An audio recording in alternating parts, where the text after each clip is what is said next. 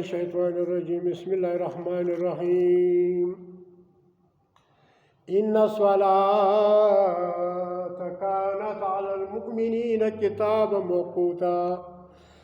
وطول شیگانو سنیانو تا چیلنج ورکوم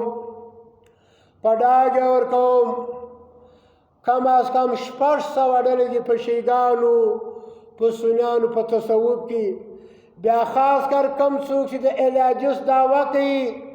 د توحید او ټرست دعوه کوي اشاعت او توحید او سنت دعوه کوي هغو ته زه دعوه چې پر نبي اسلام په شپه د معراج چې کوم المنځونه فرض شوي دي په هغه کې څو رکعاته فرض شوي دي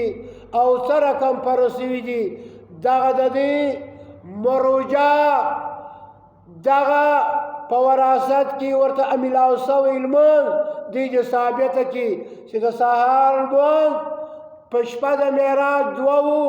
که څلور رکعاته وو د ماپښین د دوه وو که څلورو د مازدیګر د دوه وو که څلورو د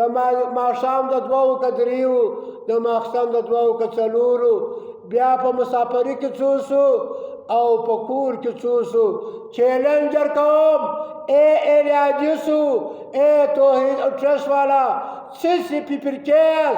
داستی المون تی مشتواتی الله واتی ورسول فإن تولوا فإن الله لا يحب الكافرون الله واتی الله په قرآن کې رښتې زما خبره ومني زما د نبي د ومني که د دې دوه سطحې مخه اړوئ الله یې زمینه کړو د کافرانو سره تی که دغه نقشبندیه سروردیه سیفي عبدالخالق چې ځان ته ډېر مکبر مشرک انسان دی هغه چې دا لمونځ ثابته کړي رکعتونه یې ثابته کړي په شپه د معراج دی جو ثابت کی د دې په ټولو حدیثو په کتابو کې 6 کتابې مشهور دي 6 کتابې د خلکو علومونه نجزا دا غره په شیګانو کې دي په سنیانو کې دي دا غاز دا میدان الله وای قل اطیعوا الله واطیعوا الرسول ورته پیغمبر کتی اے پیغمبر ورته د الله د ومني او د الله د پیغمبر د ومني که د دې دوه سطحې مخه اړوئ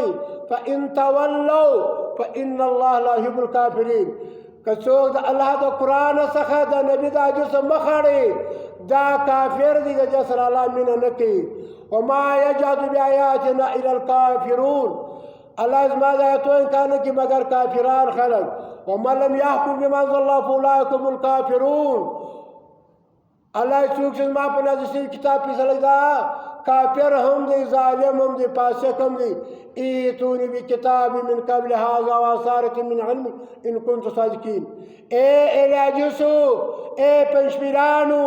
اے عثمانیانو اے تویټرس والا پیش کی که واقعي مومنان یاست مومنان خو نه یاست تی درو سره شیطان مسلمان ګڼلی دی په وجه د هغه روایت چې په مسلم کې دی نو د الله د 99 آیاتو څخه انکار یاست که توحید ټرست والا دي